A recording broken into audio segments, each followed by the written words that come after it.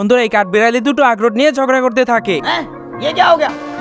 ये क्या सुन रहा हूँ मैं? এর ভিতরেই হাঁস কাঠবিড়ালির ঝগড়া শুনে দেখতে থাকে। কাঠবিড়ালিদের ঝগড়া থেমে যেতে দেখে হাঁস গিয়ে আবারও ঝগড়া লাগানো শুরু করে দেয়।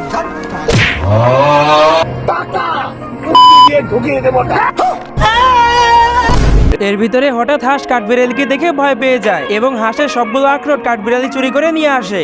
भाई यहाँ पे क्या हो रहा भाई? ऐसा मत करो मेरी जान।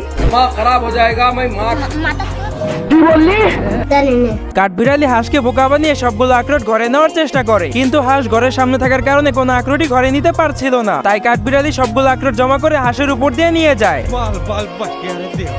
আমার মাথা ঘুরাই কেন?